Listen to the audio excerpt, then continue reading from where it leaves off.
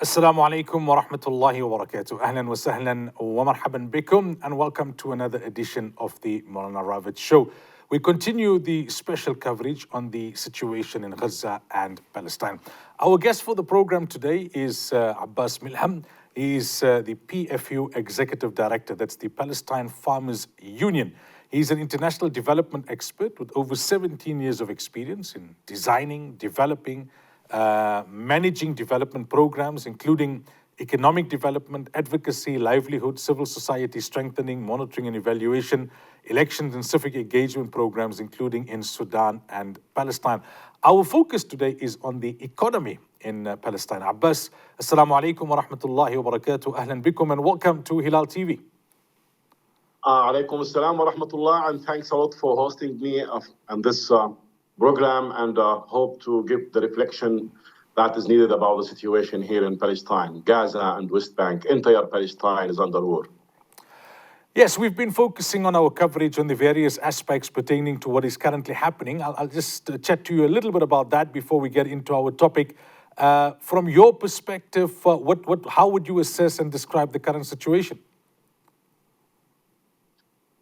I don't know if there are words that can describe really the situation on the ground in Gaza. Yani when we talk about the situation, everything has been demolished and destroyed completely and entirely in Gaza.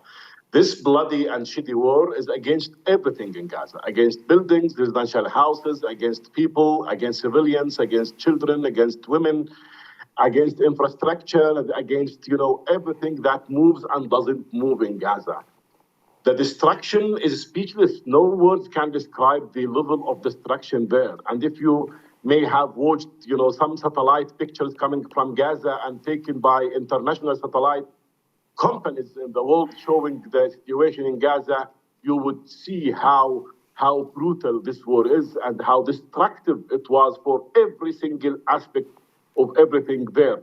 We can say now Gaza is not suitable for human living, and this was, I think, the main aim and goal of this war is to make Gaza unsuitable for human living anymore. Everything is destroyed there. Water, pipelines, agriculture sector, factories, economy, people's lives. We're talking about almost 50,000 of people being killed and injured.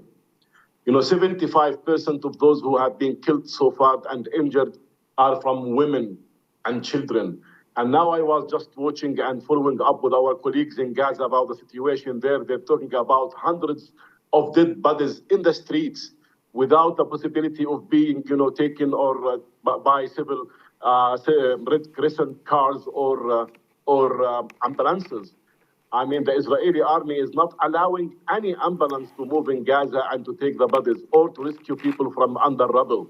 Situation in Gaza needs a real action from this world to stop this genocide for Gaza people.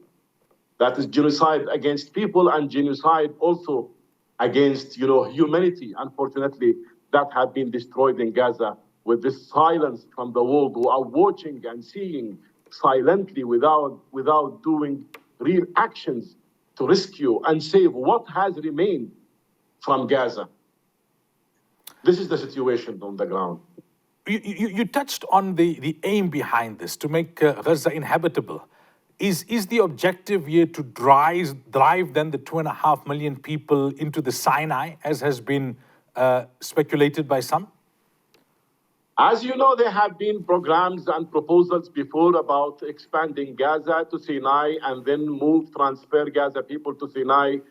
And, and even they were talking about preparation of infrastructure and residential areas that would host Gaza people there. And this was even before the war. These are plans from the Israeli government that had been really discussed and prepared well before that war. So this war actually is not against what they say and what they call it is against Hamas, is against all Palestinian people in Gaza. And in West Bank, actually, there are the same arrangements for West Bank when there are, leaflets being distributed among Palestinians in West Bank, asking and calling them to leave to Jordan. The same is happening in Gaza. So the war is on ethnic cleansing and transferring all Palestinians from the entire Palestine in both Gaza and West Bank. They're using this war in order to transfer all Gaza people to Sinai, and that Gaza would be annexed to Israel, the same like what they are doing in West Bank from the beginning of this occupation in 1967. They had been doing this, consistently and systematically, but now they are intensifying the plan through this war. And the goal behind all the crimes they are doing is transferring Palestinians outside Palestine, ending the Palestinian cause once and forever. And those leaders in Israel, they said many times that the real independence, the real war for independence, according to the Israelis, is starting now. Because for them, the one during the Nakba in 1948 was incomplete, because not all Palestinians were kicked out from Palestine, and now they need to complete the second phase of Nakba and the second phase of transferring, kicking out who remained in Palestine from Palestinians. Yes, this is the plan. The focus of the world, understandably so, is on the plight of the people of Gaza currently.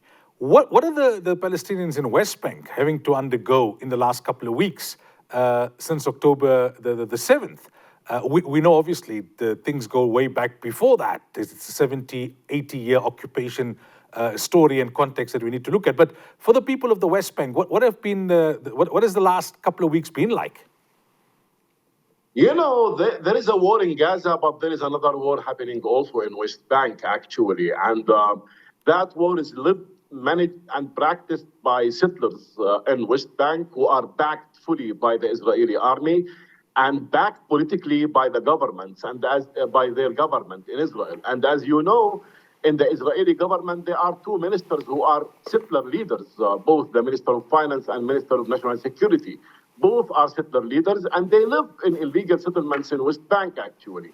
Their main goal is to annex the entire West Bank to Israel, but they want the land empty from Palestinians. And when I say Palestinians, the land is empty, the focus is on farmers. And we, as a union, we have been witnessing an increase in the settler attacks and settler harassments against farmers in Palestine. And these settlers' attacks have been reported during the past 3 weeks as 11 attacks per day. There are 3 types of different attacks. One type of the attack settlers are doing is physical attacks. And these physical attacks has led up to kill Palestinian farmers in their farmland while harvesting and picking up their olive season. And this is the olive harvest season now in Palestine. And killing more than 8 farmers in other parts of West Bank, injures tens of farmers, and beating and harassing farmer communities in their residential areas and in their farmlands, destroying agricultural projects, denying the access of thousands of farmers from reaching out their farmlands to pick up their olives from these lands, and calling up Palestinians to leave the land and to evacuate, going to Jordan. There is a silent war that doesn't have, very much attention from the world in West Bank, and we are in the edge of witnessing massacres being committed by settlers against farmers and against Palestinian communities. The entire West Bank is closed. All the roads are cut off by settlers.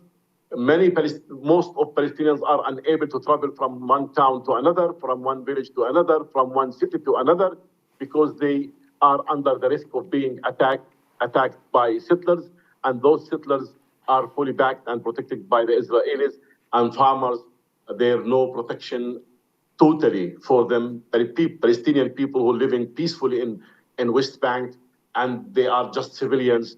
There is nothing to protect them from these attacks, and unfortunately, the situation is very, very challenging in West Bank. And as I said, there are threats of more crimes to be committed. As you know, 2 weeks ago, the Minister of National Security, Ben Gvir, decided to distribute machine guns among settlers, and there have been more than 20,000 machine guns that have been distributed so far.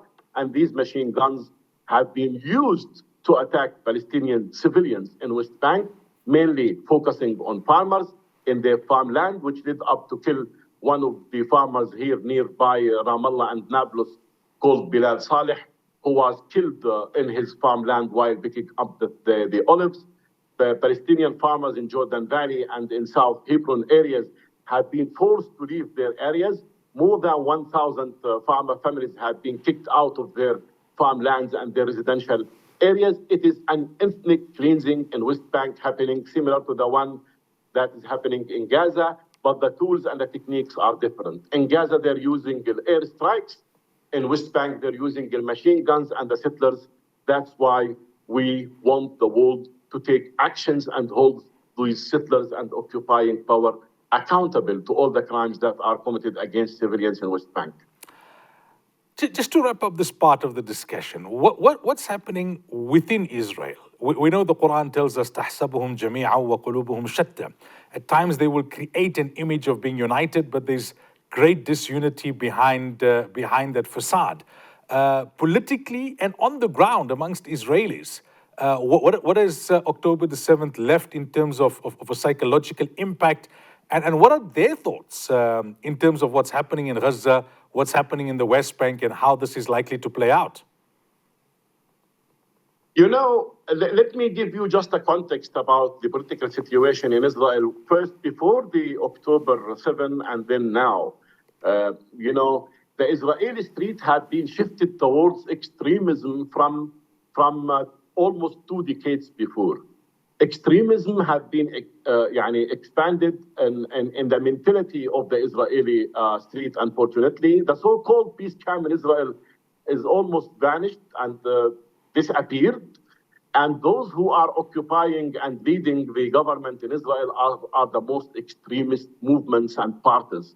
And the competition is between extremists and the more extremist ones inside the Israel. And for the first time in the history of the Israeli government, this government, led by Netanyahu, has been established with a coalition of settlers movements. And for the first time, we're witnessing settler ministers being in the government, and those settlers who are having and believing in one thing: kicking out Palestinians and transferring all Palestinians outside Palestine or outside Palestine. And they're not only harming the situation in the West Bank, those settlers even they were trying to change the entire regime in Israel by weakening the judiciary system there in Israel, which led towards political segmentation and the political split between secular and settlers. And we have witnessed, large, big demonstrations inside Israel between those, who wanted to keep keep the judiciary system as is, and those who want to change it to be in the hands of settler and extremist people. So the split inside Israel has been there between those two camps. But when it comes to Palestine, both wings are in agreement about the future of Palestine, which is none of them is believing that Palestinians have a right to exist and that Palestinians have basic rights in independence and in having a state and in human rights, principles. None of them is is supporting this. The two wings, although they are in political split, but they are sharing common concepts regarding getting rid of Palestinians. That's why this is the thing that is unifying them, is the violence and the attack against Palestinians. During this war, this war is being led by this extremist leaders in Israel, and maybe I think the war on the strategic level will create new concepts in the whole world about the situation in Palestine. There is everyone needs to understand that without Palestinians being able to get their independence and their human rights as a human being, similar to other human beings in this world, the resistance in West Bank will never stop. And it has been for the past 75 years and will continue. And no occupied people will stop their resistance. They will continue resisting because this is, something legitimate and innate. It's a right of people being occupied to fight for their land and for their independence. And this will never stop, regardless of how brutal the attacks and the blood that is being shedded. But occupied will continue their attempts and their resistance until they get their rights back. And in Israel, they need to understand, I think, maybe this war will lead towards changing some principles. If I'm allowed to say principles, they are not principles, but they're thoughts about the future of the conflict in this area. Without recognizing the Palestinian rights in this area, this will continue, even if it will take another decades of conflict. But no Palestinian will stop dreaming of Palestine being independent, and dreaming of living in dignified life like other human beings in this world. We are not less humans than other human beings in this world. We have one God, and God is for all, and we belong to the same God. We worship the same God, and we are equally human beings. Look at Ukrainians and Russians. The whole world is supporting Ukrainians, assuming that Ukrainians are fighting for their independence and for gaining back the land that's been occupied by Russia. This is according to what they say. But when it comes to Palestinians, this right is denied. There is no recognition of the right of Palestinians for resisting and for fighting to gain independence and to gain back the land that has been occupied by this occupation.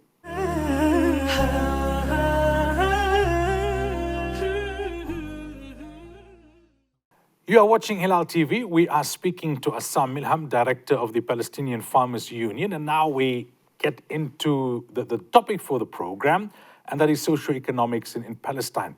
So speak to us, Abbaas, about what contributes to the GDP of Palestinians primarily, considering that, as you've just described, much of the infrastructure is crippled and much of the farmland is expropriated by the settlers.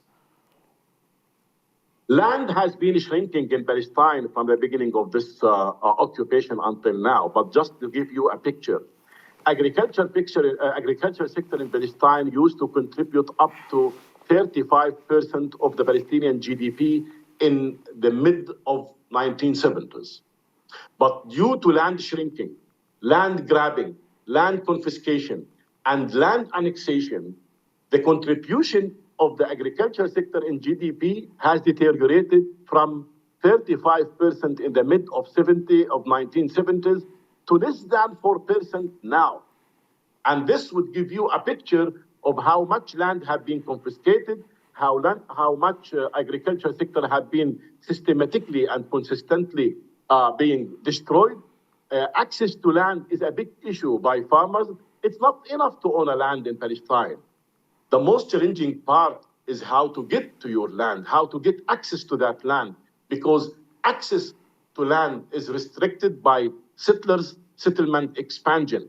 And even when Palestinians accepted the historical concession and signed the peace agreement with Israel in 1994, the so-called Oslo Agreement, and there was a dream that peace would prevail in this area, unfortunately, that peace agreement was used by the Israelis to expand settlements and deploy more settlers in West Bank. In 1994, number of settlers in West Bank was 140,000 settlers, and now we are talking about 700,000 settlers being deployed to West Bank land after the peace agreement.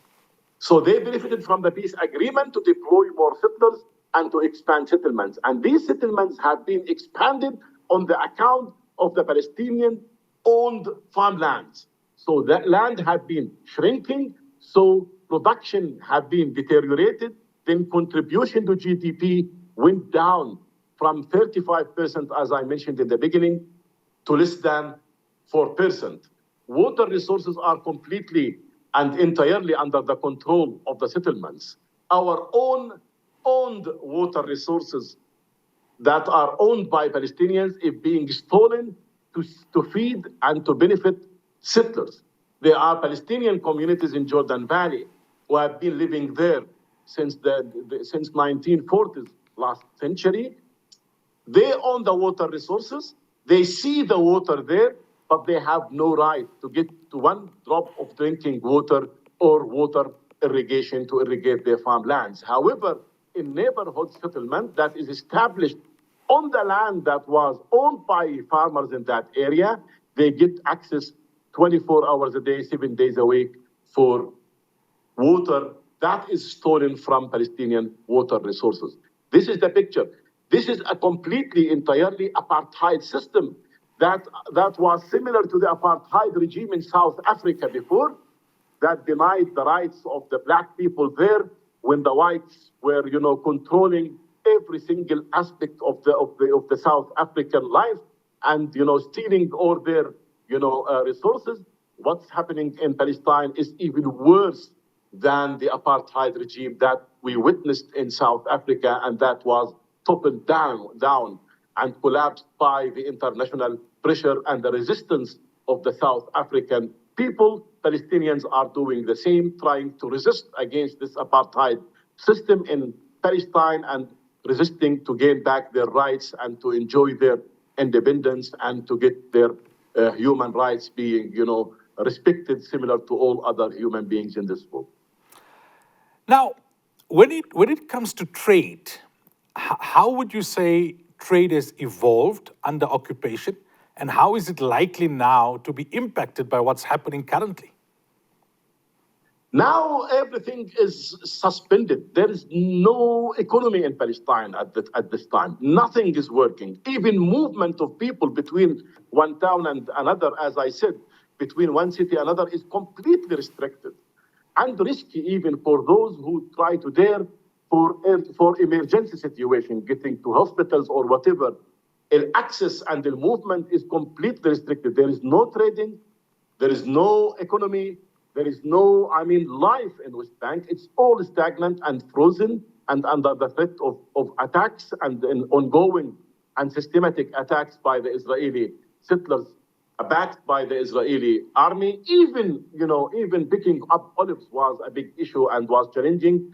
Half of the olive season in Palestine have never been harvested these days, which resulted in big losses. We're talking about the largest agriculture sector in Palestine, olive production. We're talking about 110,000 family farmers living from the olive production in Palestine this year due to this war, due to the ongoing attacks by settlers and the settler violence against farmers and denial of access to olive farms in Palestine. Half of the season was not harvested this year. And we're talking about almost $60 million of loss and damage in the olive sector just from October 7 until now in one sector, which is only olive production. So trading is not working, is not, functioning. Everything, as you know, we are under occupation, so we don't have control on exit and entrance border.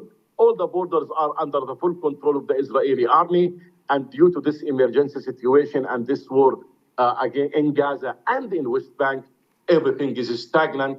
There is no economy.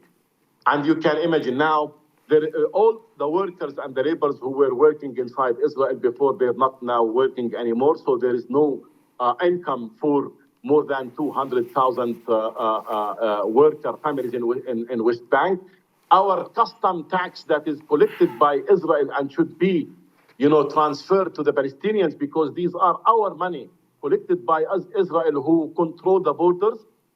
They have not been transferred to the Palestinians. So more than 180,000 employees in the government did not get their salaries. So we're talking in total about almost 200,000 families. They're receiving no income from the beginning of this war until now. So economy is very collapsing, really collapsing in Palestine with these challenges due to the war and due to the Israeli army and Israeli occupation practices. So this would be then tantamount to economic warfare, apart from the military warfare that we're seeing unfolding. I didn't hear you well. I say, what you're describing then, would it be correct to say, in essence, it's economic warfare? So Palestinians are not only suffering military oppression, there's this economic oppression simultaneously. Yeah. We're suffering. We are under occupation. We're suffering from every single aspect of our daily life. That is controlled by the Israeli occupation. They're doing our life in Palestine almost impossible. And the goal beyond this is to force us to leave. But of course, Palestinians are insisting there will be no other Nakba for Palestinians. Either we live in this country or we die in this country. This is what all Palestinians are saying. And this is what people Gaza have said. They will never leave Gaza to Sinai. They either live on Gaza or being warmed by the soil of Gaza. And this is what happened. There are thousands of people, Gaza people, being killed. No one is leaving. So we're suffering from different aspects, from military occupation, physical attacks, economically, and everything. There was like a study done by the World Bank, although I don't trust that much the World Bank studies, but they said if Palestinians have control over their natural resources, this will lead up to $3 billion increase to the GDP, the Palestinian GDP. And those $3 billion would allow Palestinians to employ another 200,000 new jobs. But unfortunately, these natural resources are under the control of the Israeli occupation. That's why our economy is suffering the same as we as human beings suffering. Our lives under threat, our daily normal practices is not guaranteed. We are under risk. Children, many of them are unable to go to schools. Universities, most of them are not open because movement is not possible. And every single aspect of the life in Palestine now is really blockaded due to the Israeli army practices in West Bank, due to the war against all Palestinians in Gaza and in West Bank. So those who are still advocating, right, for a two-state solution, would it work considering these economic factors? If we were to go two states as a proposed solution, would it not end up similar to what the apartheid government had proposed for us in South Africa, where they wanted these Bantustans, where Palestinians would have their own state, but Israel would control the resources, and Israel will control the economy, Israel would control the inflow, outflow, water, and the like? That's why when we talk about peace, we talk about fair and just peace. And when we talk about independent state, we talk about viable independent state that have full sovereignty over its land, resources, borders, and everything. So without having fair and just peace, this will not end. This will continue. Resistance will continue. Palestinians will not stop, resisting for their basic rights as independent country. And independent country, it's similar to any other independent country in this world. Palestine should have sovereignty over their borders, sovereignty over their economical situation, their movement, their relations with the whole world, with the neighboring countries, and so on. And if that country will be under the control of the Israelis, then it is not independent. Then that peace that they want to market for Palestinians will not be fair and just, and will not be accepted. And look at the peace that Palestinians signed in 1994 that resulted in, allowing Israel to control every single aspect of Palestinian life. It didn't work. It collapsed, and it is collapsing. That's why either Palestinians live in dignity and in full sovereignty and independence. This will not stop. This will not stop. That's why the whole world needs to be brave enough to take actions that would lead to having peace that can prevail for all. It is not, an issue if we have peace serving only Israel but not serving Palestinians. Peace is peace. And we are people who believe in peace. And even the way we salute as Muslims, we say Assalamu alaikum. It is the way we salute each other, and we salute everyone in this world by saying Assalamu alaikum. May peace be upon you. So Yeah. peace is in the core of our values and concepts as Muslims. We believe in it, and we can live peace, and we understand peace, but we're looking for peace that is fair and just for all. Not peace that would serve one part on the account of the other. This will not, solve the problem. The root of all problems in Palestine is occupation, and the only solution is ending up that occupation and having a state that with full sovereignty over its own resources and its own, life as an independent country, similar to any other country in this world. And then this country can decide on their, relations with the other countries in this world, including, Israel as a country.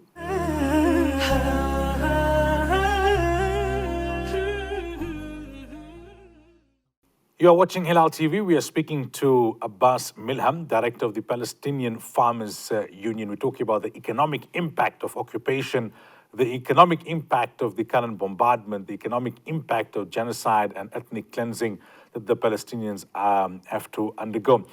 Abbaas, what kind of options are there then for Palestinians? We know that Palestinians are renowned the world over for their resilience. And we know that circumstances like this lead to out-of-the-box thinking, innovation. We know that when the Palestinians in Gaza were put into what is known now as the world's largest open-air concentration camp, they developed the tunnels, and that became an economy in itself. So you spoke earlier on that everything has come to a halt. At some point, and we hope that point would be sooner rather than later, slowly but surely things would have to start moving again. Resilience will lead to what kind of options for Palestinians, in your opinion? Palestinians have taken the decision since long. They learned from the lesson of the first Nakba a lot. And they, all Palestinians, they have one principle in common. They will stay here. They will never leave. And they will continue to resist by insisting to exist, regardless of the price they will pay. All Palestinians believe that the price are paying is holy and for something that deserves that price. I know now the picture is so dark in Gaza. Thousands of people have been killed. More than 600,000 of human flesh have been destroyed in Gaza.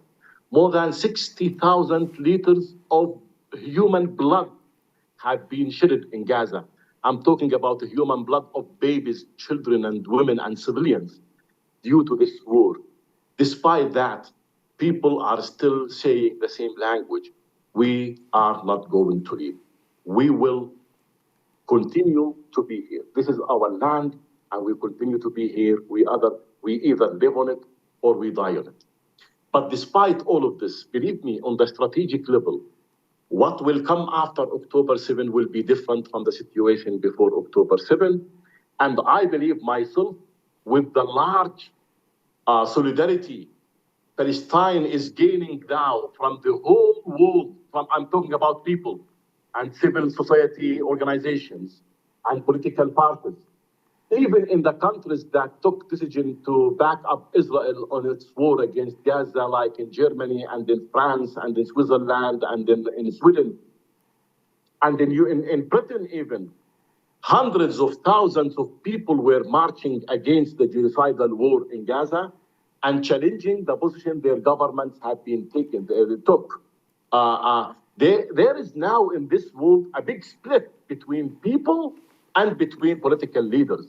And believe me, the situation in the future will be more different. And this movement, large movement of solidarity supporting the rights of Palestinians, will expand and will succeed to bring pressure on the government and political leaders, and the occupation will not continue on the longer run. What we learned from history, there have been no occupied people who stopped resisting against occupation, and there has never been an occupation that lasted forever.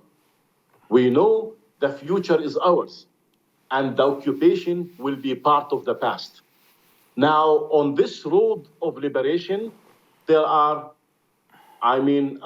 big prices to be paid, and we are paying these prices from the blood and the flesh and the of our people in Gaza.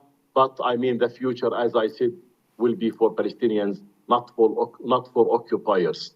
And this world will wake up one day, and those people we are gaining support from in the whole world, they said and they promised we will never leave Palestinians alone in this battle, and they told us through conveying clear message that your battle is our battle, and believe us, we will do big things, confronting and challenging our political leadership in our countries. So the future is ours, my brother.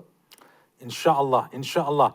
We know that there are many Muslims, non-Muslims who share the pain of the Palestinian people, who have expressed their solidarity via protest marches, via boycotting, via programs and spiritual upliftment programs and tahajjud programs and masjid and dua programs, etc. We know now that the focus is also moving towards the kind of aid that Gaza in particular and Palestine in general would need. At times, though, people may mean well, but they may not do exactly what is required in order of priority. What advice would you give to the broader public out there in terms of how to help the people of Palestine?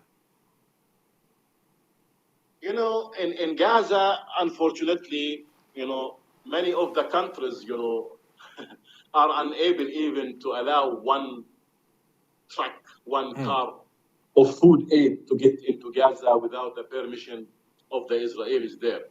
It's really shameful. It is really shameful from these countries. We were expecting something more than this, but they are unable. But Gaza now need to be rebuilt and re-established. There are lots of things that are needed for Gaza people.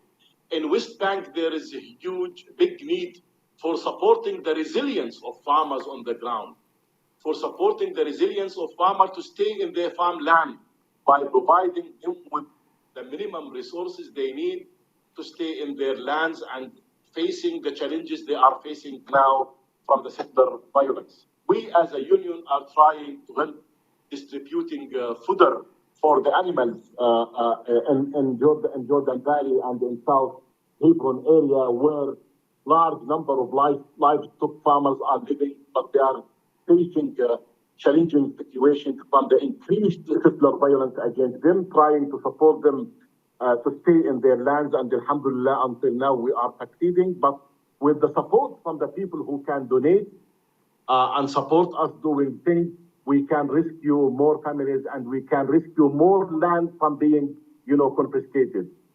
We protect the land by cultivating that land. When we cultivate the land, we make the confiscation difficult by the Israeli army or by the Israeli settlers. That's why we're trying to expand the land that have been that can be cultivated, and by cultivation we make two goals. First, we secure economical impact for farmers living in this land from the produce they can get out of from the cultivation, and protect the land by making it difficult to be confiscated because it is cultivated. Settlers and the Israeli army are trying to deny the access of our farmers to this land to prevent them from cultivating that land. And our slogan is to enhance the access of our farmers to cultivate that land and support them with everything they need to cultivate that land. Seedlings, seeds of resilience, plantation of olive trees or different parts of the trees, rehabilitation and renovation the land to be cultivated, and securing fodder for farmers. This would help farmers stay and help them feel that they are not abandoned to encounter the settler violence and the attack from the Israeli army. And we're doing also international influencing, advocacy, and lobby to uncover the real face of occupation and settlers in this world in order to bring pressure. Because without holding settlers and occupying power, Israeli occupying power, accountable of all the crimes, this will encourage them to continue more crimes if they are not paying any price for that. I don't understand, for example, why Europe is opening its market for the settlement production, although that production is coming from land that is occupied and that is confiscated, irrigated by water that has been taken from Palestinians to irrigate these crops. Why European market is open for this settlement produce? We want to see sanctions against settlers. We want to see sanctions against those who encourage settlement and settlement expansion and settler deployment in West Bank. And this can be done by countries and governments and by even human beings and people who can pressure their governments to take actions to hold settlers and occupying power accountable. But on this land, we will continue to be here, my friend, my brother, believe me. And inshallah, this country will be liberated. If not tomorrow, then the day after tomorrow, the year that comes later, or in 5 years to come, we will continue. And there is only one solution for the whole world. And I think many of the people in this world starting to realize that the root of all problems, what they call conflict or violence in this country, is occupation. And the solution is straightforward as ending the occupation. This is the only thing that would really solve the whole problem and the whole crisis, catastrophe for Palestinians. And I think people in this world is now realizing more and more the need to make real solutions based on ending the occupation. That's why when I say strategically, we own the future and they will be a part of the past. Inshallah, our du'as are ongoing for our brothers and sisters in Palestine. Jazakumullah Abbaas for joining us on the program today. Thank you. Jazakallah kul khair. Thank you. To our viewers, we remind you and remind ourselves, we can't get frustrated. We can't take our foot off the gas, as they would say. The Palestinian people are resilient, then we have to be steadfast in doing what we have been doing, in following the action plan that has been drawn up and articulated for us by our leaders. Until next week, inshallah, Assalamu alaikum wa rahmatullahi wa barakatuh.